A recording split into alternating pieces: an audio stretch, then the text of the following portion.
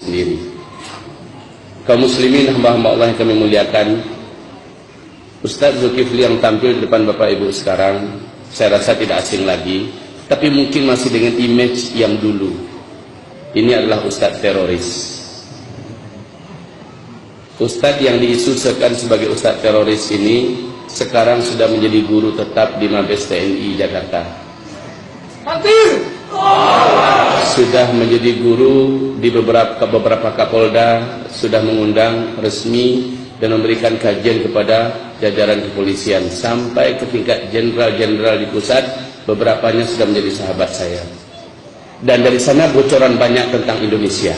Saya akan ceritakan sebentar lagi. Dari tangan para pakar-pakarnya, Ustadz yang dituduh sebagai teroris sekarang telah masuk Australia, Singapura, negeri yang pantang akan mengizinkan teroris masuk. Jadi kepada, kalau masih ada yang bakat-bakat mata-mata di sini, saya sampaikan kepada yang bersangkutan, Ustadz yang dituduh sebagai teroris ini telah diterima di berbagai negara yang anti terhadap teroris dan punya intelijen tinggi, bahwa semua dusta yang Anda katakan tetap basi di bawah permukaan. Ya. Jadi hamba-hamba Allah yang kami muliakan, bahkan saya dapat pesan dari Mabes TNI, Ustaz Zul, siapa yang mengganggu antum besok kontak kami. Ini minta maaf kalau ada yang masih nuduh-nuduh saya sebagai teroris. Insya Allah dapat berhadapan langsung dengan yang paling penting di negeri ini. Hamba-hamba Allah yang muliakan, beberapa tokoh jenderal kita, termasuk yang masih purnawirawan dan masih aktif, mengabarkan tentang Indonesia, bahwa 2018 Indonesia bukan lagi negeri yang aman untuk di tempat tinggali. Bukan lagi 2020 tadi dikatakan Ustaz Siddiq. Sekarang kita akan masuk 2016. Seperti yang dikatakan Ustaz Siddiq, kebangkitan Kristen sudah tercanangkan di Indonesia, dan kebangkitan mereka persis seperti yang dikatakan tadi oleh bunda kita, bahwa akan kami jadikan Indonesia seperti Nigeria, mayoritas muslim tapi dipimpin oleh anak Tuhan. Dan Ahok telah menampakkan giginya dengan sangat berani dan garang di daerah yang paling kuat Islamnya dan juga paling kuat maksiatnya, DKI, pusat ibu kota pemerintahan Indonesia, dipimpin oleh seorang Kristen. Kayaknya seluruh laki-laki yang ada di Indonesia ini harus disunat ulang.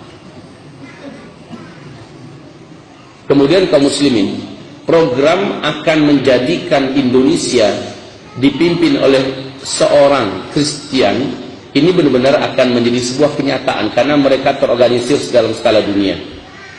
Di segi kristenisasinya, seorang pakar misionaris yang memang seorang mantan misionaris akan menyampaikan hal ini secara lugas, vulgar dan tajam pada malam hari ini. Yang kedua, Syiah. Apabila sudah bocor agenda mereka 2020, agenda ini mereka percepat menjadi 2018. Sehingga akhir daripada 2013, saat pertemuan para alim ulama Ahlus Sunnah wal Jamaah di Jakarta, tokoh-tokoh besar kita dengan beberapa badan intelijen kita dari BIN di Jakarta Pusat, pada akhirnya disimpulkan bahwa sesungguhnya Indonesia akan seperti Suriah dalam 3 atau 4 tahun yang akan datang. Ini akhir 2013 mereka umumkan.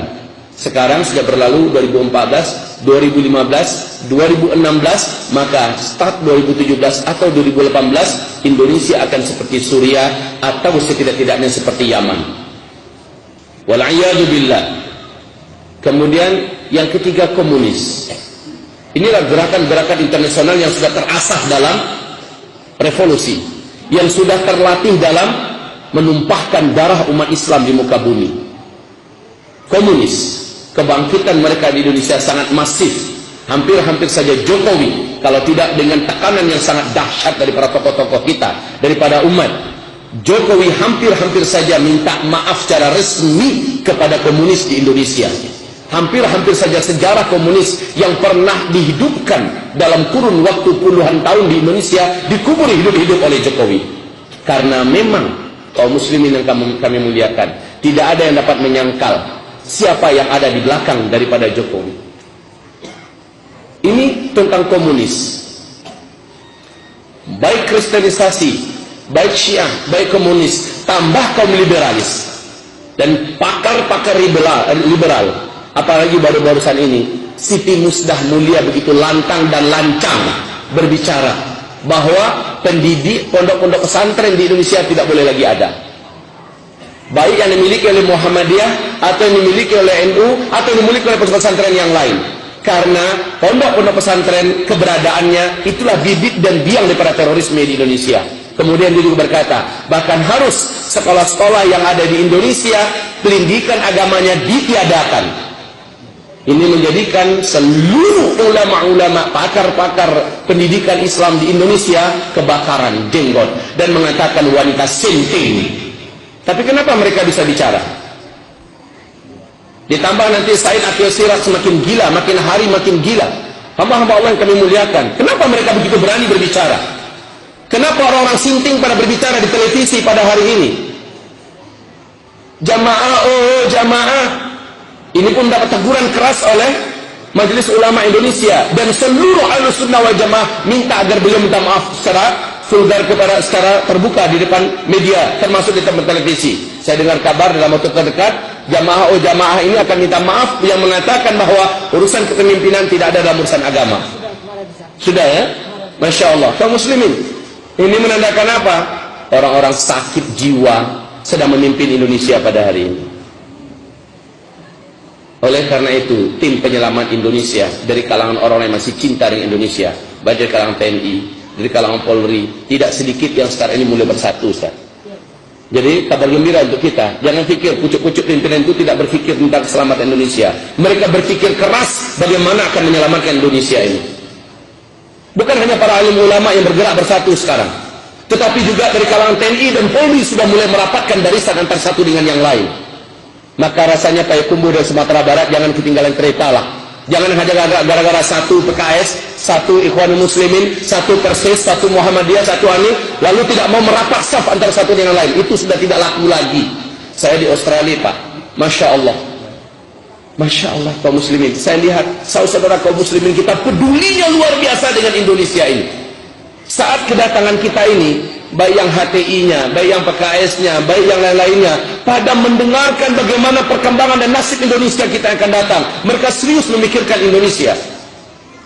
Kalau kita memikirkan Indonesia dan memikirkan nasib bangsa dan memikirkan anak-anak muslim kita di masa yang akan datang, beberapa tahun yang akan datang, Indonesia akan negeri terpanas di dunia, mengikuti Timur Tengah berikutnya.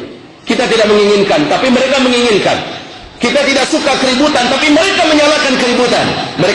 Kita tidak suka perang, tapi mereka menginginkan perang. Dan umat Islam paling anti diajak perang.